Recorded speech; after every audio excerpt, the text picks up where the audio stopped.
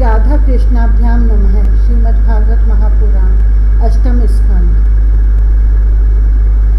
ईश्वरो अप्यभवद्दधीक्षुर्वामनो अपि त्रिविक्रमे त्रिलोकान् क्रान्तवान् यो वै स कृष्ण कुरुतात् कृपाम्।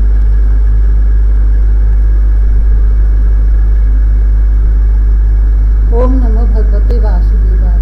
श्रीमद्भागवत महापुराण अष्टम स्कंद पहला अध्याय। मनवंतरों का वर्णन।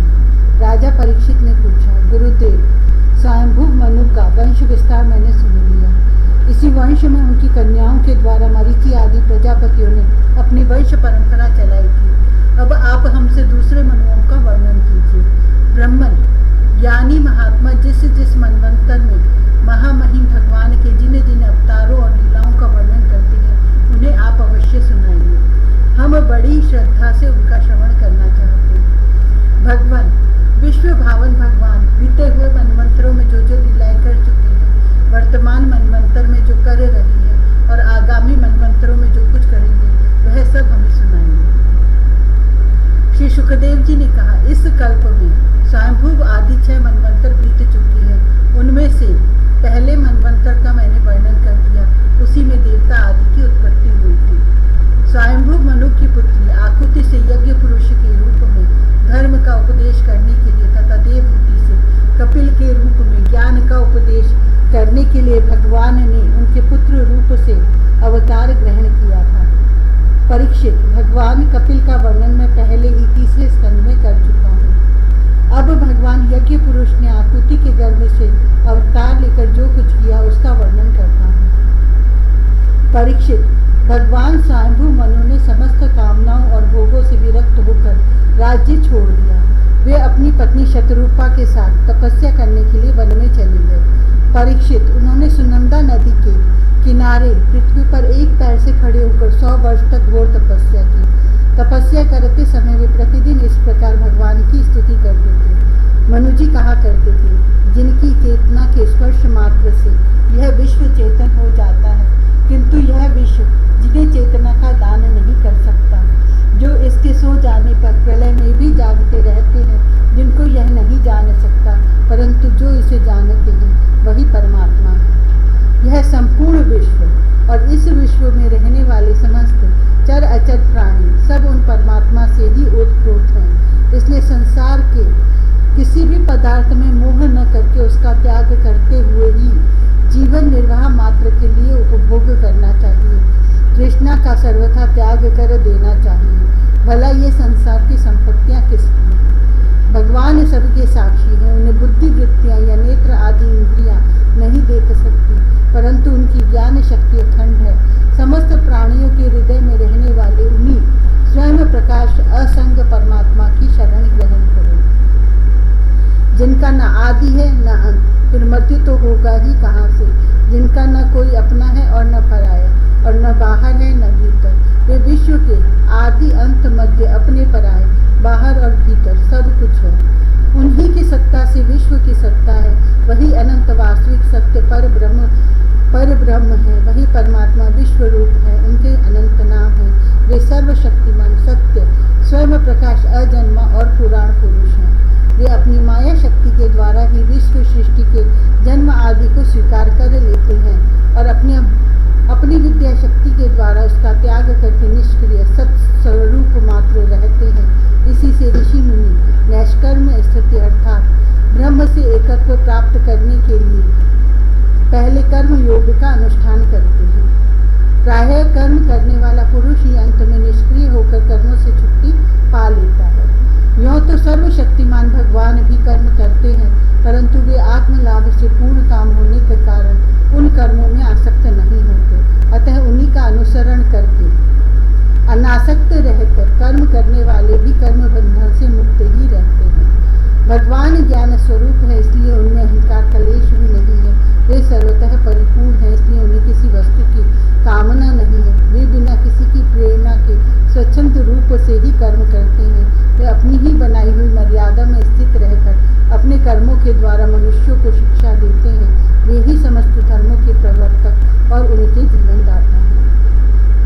मैं उन्हीं प्रभु की शरण में शुकदेव जी कहते हैं, परीक्षित, एक बार स्वयंभू मनु एकाग्र चित्त से इस मंत्रमय उपनिषद स्वरूप श्रुति का पाठ कर रहे थे। उन्हें नींद में अचेत होकर बड़बड़ाते जान भूखे असुर और राक्षस खा डालने के लिए उन पर टूट पड़े। यह देखकर अंतर्यामी भगवान यज्ञ पुरुष अपने पुत्र याम नामक देवताओं के साथ वहां आए और उन्होंने उन खा डालने के निश्चय से आए हुए असुरों का संहार कर डाला और फिर वे इंद्र के पद पर प्रतिष्ठित होकर स्वर्ग का शासन करने लगे। परीक्षित, दूसरे मनु हुए हैं स्वारोचिष।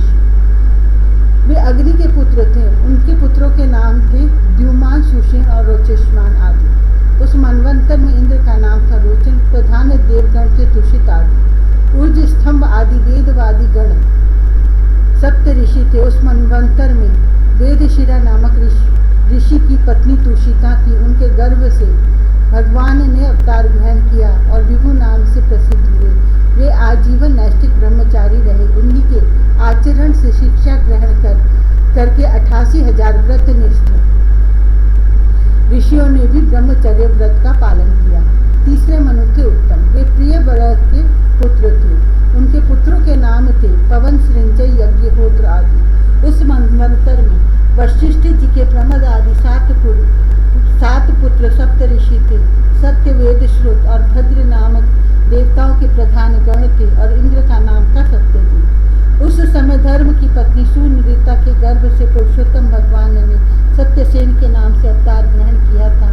उनके साथ सत्यव्रत नाम के देवगण भी थे। उस समय के इंद्र सत्यजित के सखा बनकर भगवान ने असत्य परायण, दूषिल और दुष्ट यक्षों, राक्षसों एवं जीवद्रोही भूतगणों का संहार किया। चौथे मनु का नाम था तामस। वे तीसरे मनु उत्तम के सगे भाई थे। उनके पृथु, ख्याति, नर, केतु इत्यादि 10 पुत्र थे। सत्यखरी और वीर नामक देवताओं के प्रधान गण थे। इंद्र का नाम था त्रिशिक। उस मनवंतर में ज्योतिर्धाम आदि सप्त ऋषि थे।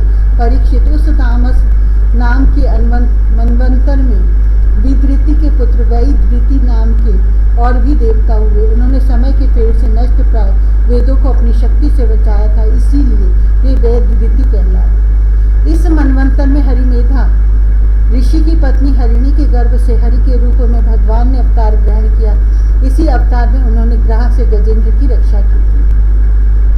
राजा परीक्षित ने पूछा, मुनिवर, हम आपसे यह सुनना चाहते हैं कि भगवान ने गजेंद्र को ग्रह के फंदे से कैसे छुड़ाया था। सब कथाओं में वही कथा परम पुण्यमय, प्रशंसनीय, मंगलकारी और शुभ है, जिसमें महात्माओं के द्वारा गान किए हुए भगवान श्री हरि के पवित्र यश का वर्णन है। यश का वर्णन रहता है। सूची कहते, शौनक आदि ऋषियों राजा परीक्षित आवरण अनशन करके कथा सुनने के लिए ही बैठे हुए थे। उन्होंने जब श्री सुखदेव जी महाराज को इस प्रकार कथा कहने के लिए प्रेरित किया, तब वे बड़े आनंदित हुए और प्रेम से परीक्षित का अभिनंदन करके मुनियों की भरी सभा में कहने लगे। दूसरा अध्याय, ग्रह के द्वारा गजेंद्र का पकड़ा जाना। श्री सुखदेव जी ने कहा, परीक्षित, क्षीर सागर में त्रिकूट नाम का एक प्रसिद्ध सुंदर एवं श्रेष्ठ पर्वत था। वह 10,000 योजन ऊंचा था। उसकी लंबाई चौड़ाई भी चारों ओर इतनी ही थी। उसमें चांदी, लोहे और सोने के 3 शिखरों की छटा से समुद्र, दिशाएं और आकाश जगमगाते रहते थे। और भी उसके कितने ही शिखर ऐसे थे जो रत्नों और धातुओं की रंग बिरंगी छटा दिखाते हुए सब दिशाओं को प्रकाशित कर रहे थे। उनमें विविध जाति के वृक्ष, लताएं और झाड़ियां थीं। झरनों की झरझर से वह गुंजायमान होता रहता था। सब ओर से समुद्र की लहरें आकर उस पर्वत के निचले भाग से टकराती। उस समय ऐसा जान पड़ता मानो वे पर्वतराज के पांव पखार रही हैं। उस पर्वत के हरे पन्ने के पत्थरों से वहां की भूमि ऐसी सांवली हो गई थी जैसे उस पर हरी भरी दूब लग रही हो। उसकी कंदराओं में सिद्ध, चारण, गंधर्व, विद्याधर, नाग, किन्नर और अप्सराएं आदि विहार करने के लिए प्राय बने ही रहते थे। जब उसके संगीत की ध्वनि चट्टानों से टकराकर गुफाओं में प्रतिध्वनित होने लगती थी, तब बड़े बड़े गर्वीले सिंह दूसरे सिंह की ध्वनि समझकर सह न पाते और अपनी गर्जना से उसे दबा देने के लिए और जोर से गरजने लगते थे। उस पर्वत की तलहटी तरह तरह के जंगली जानवरों के झुंडों से सुशोभित रहती थी। अनेकों प्रकार के वृक्षों से भरे हुए देवताओं के उद्यान में सुंदर सुंदर पक्षी मधुर कंठ से चहकते रहते थे। उस पर बहुत सी नदियां और सरोवर भी थे। उनका जल बड़ा निर्मल था। उनके पुलिन पर मणियों की बालू चमकती रहती थी। उनमें देवांगनाएं स्नान करती थी, जिससे उनका जल अत्यंत सुगंधित हो जाता था। उसकी सुरभि लेकर भीनी भीनी वायु चलती रहती थी। पर्वतराज त्रिकूट की तराई में भगवत प्रेमी महात्मा भगवान वरुण का एक उद्यान था। उसका नाम था ऋतुमान। उसमें देवांगनाएं क्रीड़ा करती रहती थीं। उसमें सब और ऐसे दिव्य वृक्ष शोभायमान थे जो फलों और फूलों से सर्वदा लदे ही रहते थे। उस उद्यान में मंदार, पारिजात, गुलाब, अशोक, चंपा, तरह तरह के आम, पयाल, कटहल, आमड़ा, सुपारी, नारियल, खजूर, बिजौरा, महुआ, साखू, ताड़, तमाल, असन, अर्जुन, रीठा, गूलर, पाकर, बरगद, पलास, चंदन, नीम, कचनार, साल, देवदारू, दाख, ईख, केला, जामुन, बेर, रुद्राक्ष, हर्रे, आंवला, बेल, कैच, नींबू और भिलावे आदि के वृक्ष लहराते रहते थे। उस उद्यान में एक बड़ा भारी सरोवर था। उनमें सुनहले कमल खिल रहे थे और भी विविध जाति के कुमुद, उत्पल, कलहार, शतदल आदि कमलों की अनूठी छटा छिटक रही थी। मतवाले भौरे गूंज रहे थे। मनोहर पक्षी कलरव कर रहे थे। हंस, कारंटव, चक्रवाक और सारस दल के दल भरे हुए थे। पनडुब्बी, बतख और पपीहे कूज रहे थे। मछली और कछुओं के चलने से कमल के फूल हिल जाते थे, जिससे उनका पराग झड़कर जल को सुंदर और सुगंधित बना देता था। कदम्ब, बेंत, नरकुल, कदम्बलता, बेन आदि वृक्षों से वह घिरा था। कुंद, कुर्बक, कटसरैया, अशोक, सिरस, वनमल्लिका, लिसौड़ा, हरसिंगार, सोन, जूही, नाग, पुन्नाग, जाति, मल्लिका, शतपत्र, माधवी और मोगरा आदि सुंदर सुंदर पुष्प वृक्ष एवं तट के दूसरे वृक्षों से भी, जो प्रत्येक ऋतु में हरे भरे रहते थे, वह सरोवर शोभायमान रहता था। उस पर्वत के गोर जंगल में बहुत सी हथिनियों के साथ एक गजेंद्र निवास करता था। वह बड़े बड़े शक्तिशाली हाथियों का सरदार था। एक दिन वह उसी पर्वत पर अपनी हथिनियों के साथ कांटे वाले कीचक, बांस, बेंत, बड़ी बड़ी झाड़ियों और पेड़ों को रोंदता हुआ घूम रहा था। उसकी गंध मात्र से सिंह, हाथी, बाघ, गैंडे आदि हिंस्र जंतु, नाग और काले गोरे शरभ और चमरी गाय आदि डरकर भाग जाया करते थे। और उसकी कृपा से भेड़िए, सुअर, भैंसे, रीछ, शल्य, लंगूर तथा कुत्ते, बंदर, हरिन और खरगोश आदि क्षुद्र जीव सब कहीं निर्भय विचरते रहते थे। उसके पीछे पीछे हाथियों के छोटे छोटे बच्चे दौड़ रहे थे। बड़े बड़े हाथी और हथिनियां भी उसे घेरे हुए चल रही थी। उसकी धमक से पहाड़ एक बारगी कांप उठता था। उसके गंड स्थल से टपकते हुए मद का पान करने के लिए साथ साथ भौरे उड़ते जा रहे थे। मद के कारण उसके नेत्र विवल हो रहे थे। बड़े जोर की धूप थी, इसलिए वह व्याकुल हो गया और उसे तथा उसके साथियों को प्यास भी सताने लगी। उस समय दूर से ही कमल के पराग से सुवासित वायु की गंध सूंघकर वह उसी सरोवर की ओर चल पड़ा, जिसकी शीतलता और सुगंध लेकर वायु आ रही थी। थोड़ी ही देर में वेग से चलकर वह सरोवर के तट पर जा पहुंचा। उस सरोवर का जल अत्यंत निर्मल एवं अमृत के समान मधुर था। सुनहले और अरुण कमलों की केसर से वह महक रहा था। गजेंद्र ने पहले तो उसमें घुसकर अपनी सूंड से उठाकर जी भरकर जल पिया, फिर उस जल में स्नान करके अपनी थकान मिटाई। गजेंद्र गृहस्थ पुरुषों की भांति मोहग्रस्त होकर अपनी सूंड से जल की फुहारें छोड़ छोड़कर साथ की हथिनियों और बच्चों को नहलाने लगा तथा उनके मुंह में सूंड डालकर जल पिलाने लगा। भगवान की माया से मोहित हुआ गजेंद्र उन्मत्त हो रहा था।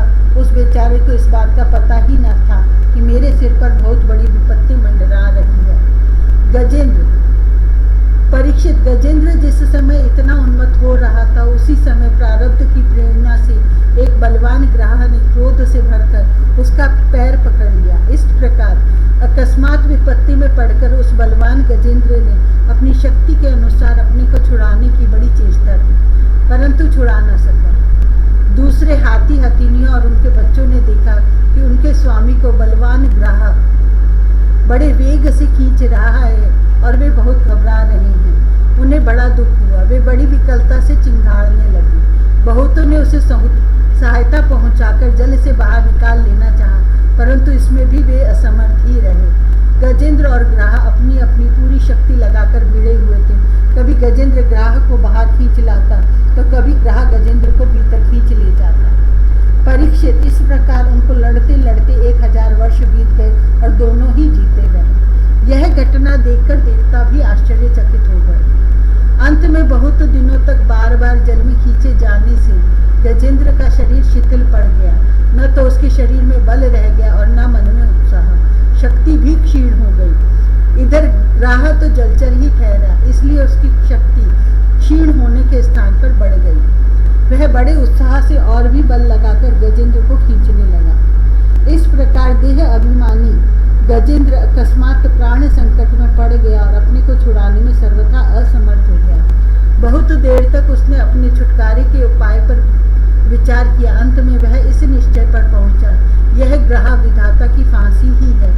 इसमें फंसकर मैं आतुर हो रहा हूँ। जब मुझे मेरे बराबर के हाथी भी इस विपत्ति से न उबार सके, तब ये बेचारी हथिनियाँ तो छुड़ा ही कैसे सकती हैं। इसलिए अब मैं संपूर्ण विश्व के एकमात्र आश्रय भगवान की ही शरण लेता हूँ। काल बड़ा बली है। यह सांप के समान बड़े प्रचंड वेग से सबको निगल जाने के लिए दौड़ता ही रहता है। इससे अत्यंत भयभीत होकर जो कोई भगवान की शरण में चला जाता है, उसे वे प्रभु अवश्य अवश्य बचा लेते हैं। उनके भय से भीत होकर मृत्यु भी अपना काम ठीक ठीक पूरा करता है। वही प्रभु सबके आश्रय है। मैं उन्हीं की शरण ग्रहण करता हूँ।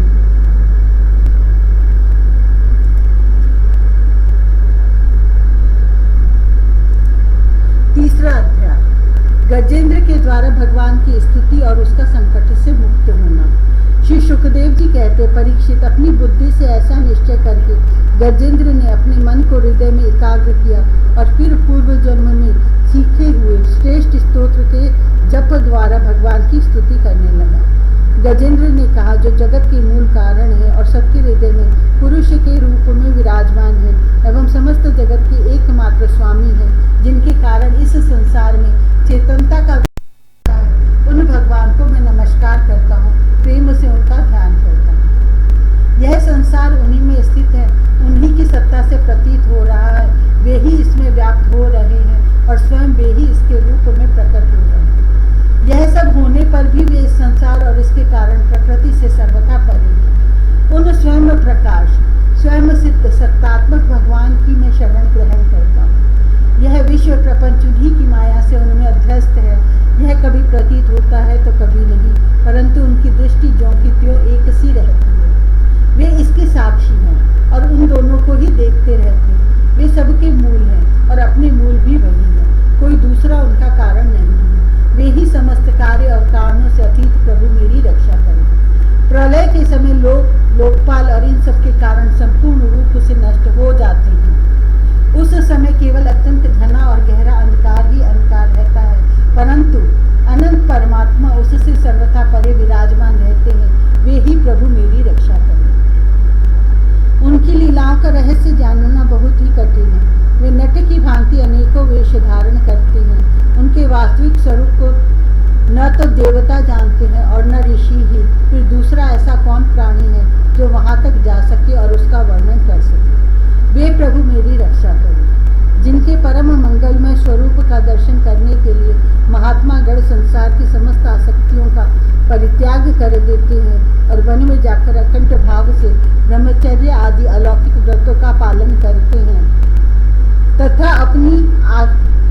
अपनी आत्मा को सबके हृदय में विराजमान देखकर स्वाभाविक ही सबकी भलाई करते हैं। वे ही मुनियों के सर्वस्व भगवान मेरे सहायक हैं। वे ही मेरी गति हैं। न उनके जन्म कर्म है और न नाम है। फिर उनके संबंध में गुण और दोष की तो कल्पना ही कैसे की जा सकती है। फिर भी विश्व की सृष्टि और संहार करने के लिए समय समय पर वे उन्हें अपनी माया से स्वीकार करते हैं। उन्हीं अनंत शक्तिमान सर्वेश्वरमय पर ब्रह्म परमात्मा को मैं नमस्कार करता हूँ। वे अरूप होने पर भी बहुरूप है। उनके कर्म अत्यंत आश्चर्यमय हैं। मैं उनके चरणों में नमस्कार करता हूँ। स्वयं प्रकाश सबके साक्षी परमात्मा को मैं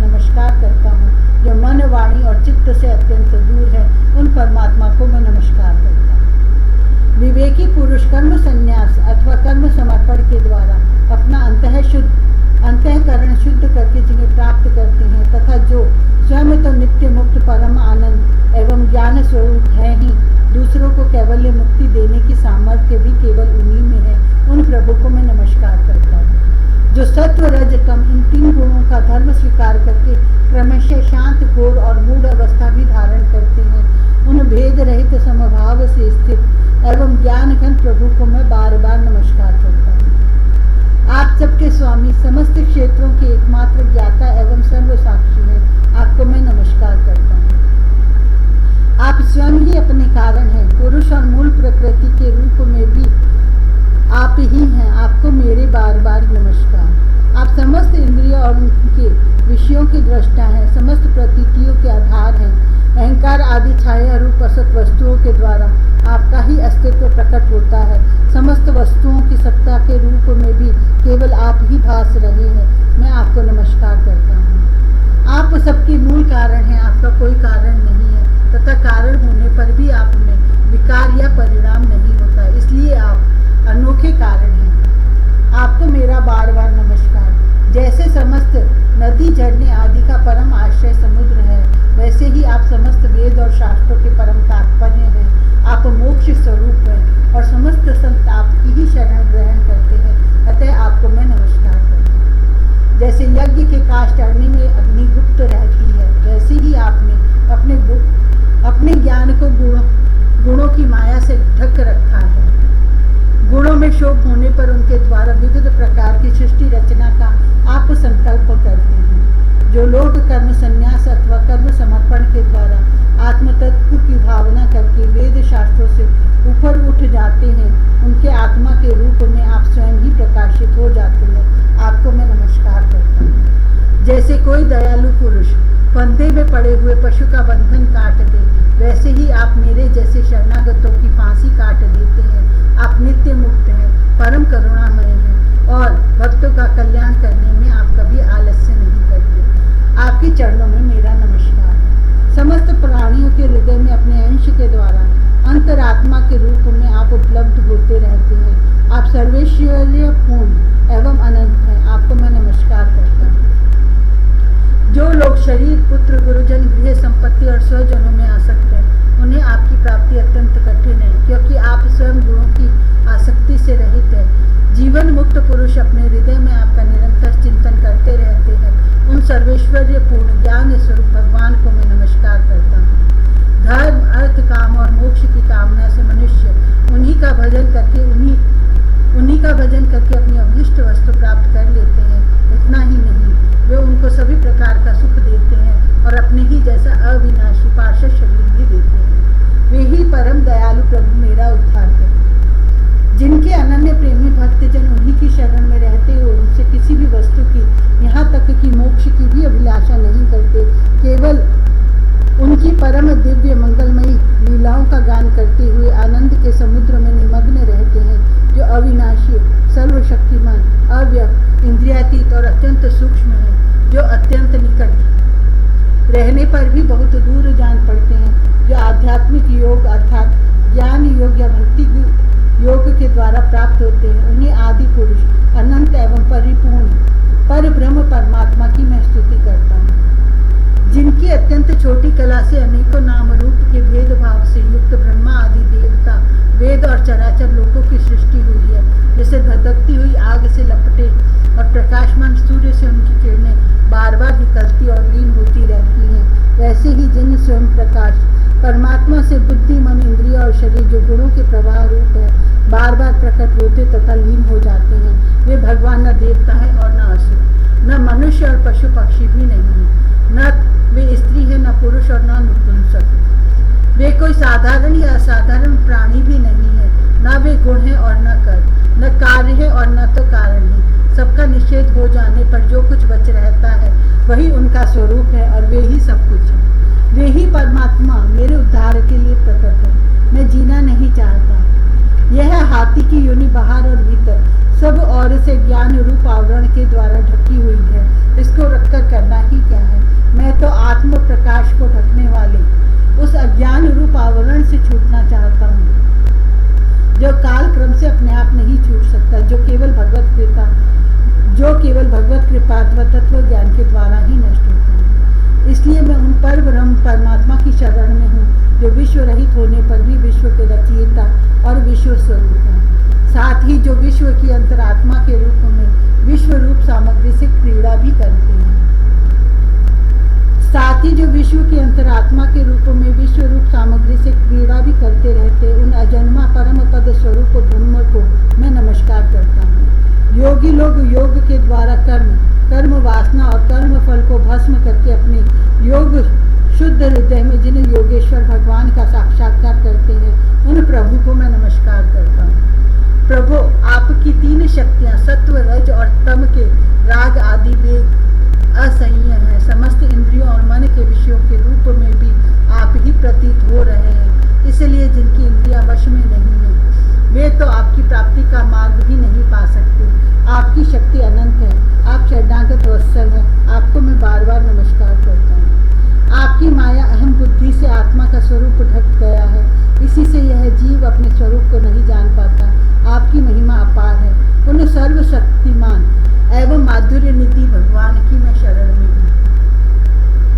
श्री सुखदेव जी कहते हैं, परीक्षित, गजेंद्र ने बिना किसी भेदभाव के निर्विशेष रूप से भगवान की स्तुति की थी। इसलिए भिन्न भिन्न नाम और रूप को अपना स्वरूप मानने वाले ब्रह्मा आदि देवता उनकी रक्षा के लिए नहीं आए। उस समय सर्वात्मा होने के कारण सर्वदेव स्वरूप स्वयं भगवान श्री हरि प्रकट हो गए। विश्व के एकमात्र आधार भगवान ने देखा कि गजेंद्र अत्यंत पीड़ित हो रहा है, अतः उसकी स्तुति सुनकर वेदमय गरुड़ पर सवार हो चक्रधारी भगवान बड़ी शीघ्रता से वहां के लिए चल पड़े, जहां गजेंद्र अत्यंत संकट में पड़ा हुआ था। उनके साथ स्तुति करते हुए देवता भी आए। सरोवर के भीतर बलवान ग्राह ने गजेंद्र को पकड़ रखा था और वह अत्यंत व्याकुल हो रहा था। जब उसने देखा कि आकाश में गरुड़ पर सवार होकर हाथ में चक्र लिए भगवान श्रीहरि आ रहे हैं, तब अपनी सूंड में कमल का एक सुंदर पुष्प लेकर उसने ऊपर को उठाया और बड़े कष्ट से बोला, नारायण जगत गुरु भगवान, आपको नमस्कार है। जब भगवान ने देखा कि गजेंद्र अत्यंत पीड़ित हो रहा है, तब एक बागी गरुड़ को छोड़कर कूद पड़े और कृपा करके गजेंद्र के साथ ही ग्राह को भी बड़ी शीघ्रता से सरोवर से बाहर निकाल लाए। फिर सब देवताओं के सामने ही भगवान श्री हरि ने चक्र से ग्राह का मुंह फाड़ डाला और गजेंद्र को छुड़ा लिया।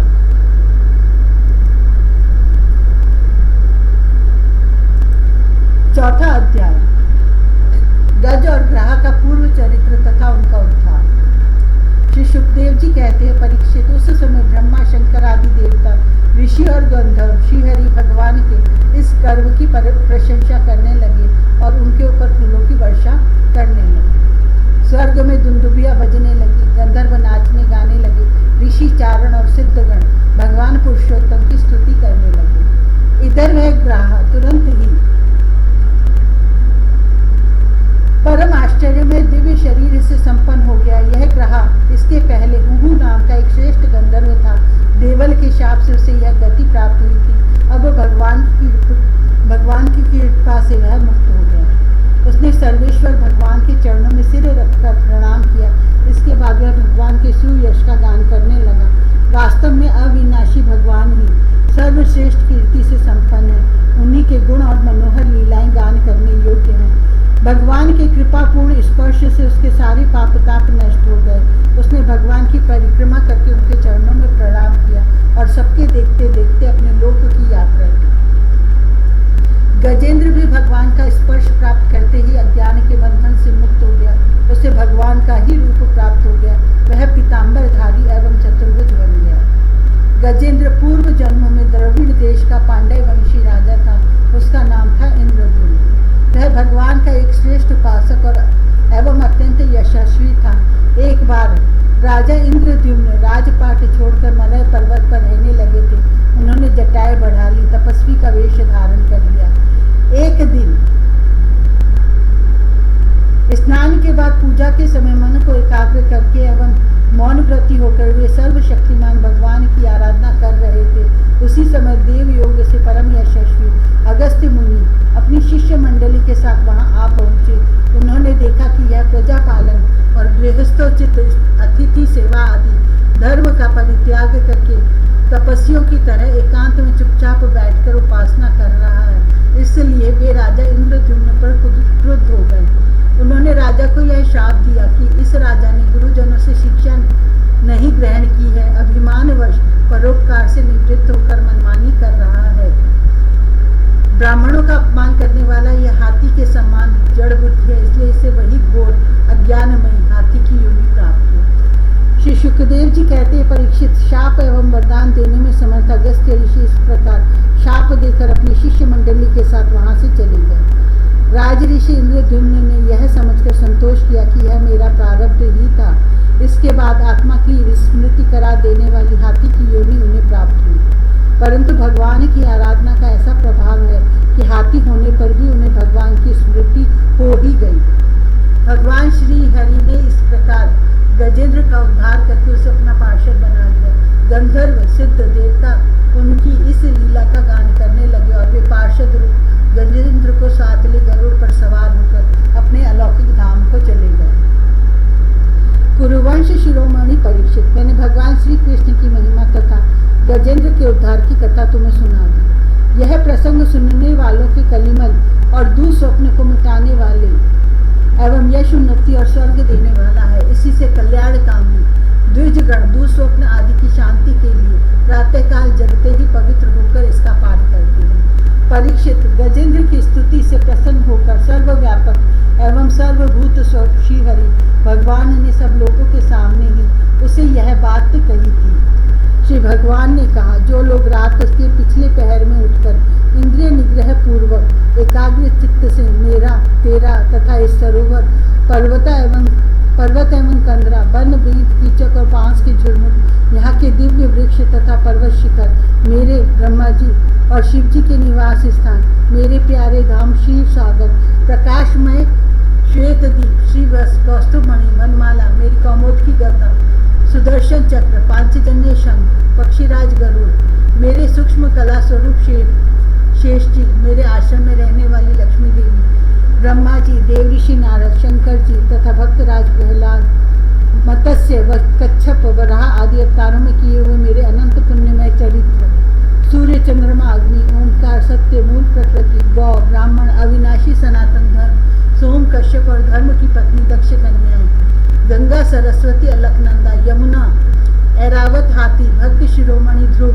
7 ब्रह्म ऋषि और पवित्र कीर्ति, नल, युधिष्ठिर, जनक आदि महापुरुषों का स्मरण करते हैं। वे समस्त पापों से छूट जाते हैं, क्योंकि ये सब के सब मेरे ही रूप हैं। प्यारे गजेंद्र, जो लोग ब्राह्म मुहूर्त में जगकर तुम्हारी की हुई स्तुति से मेरा स्तवन करेंगे, मृत्यु के समय उन्हें मैं निर्मल बुद्धि का दान करूंगा। श्री सुखदेव जी कहते हैं, परीक्षित, भगवान श्री कृष्ण ने ऐसा कहकर देवताओं को आनंदित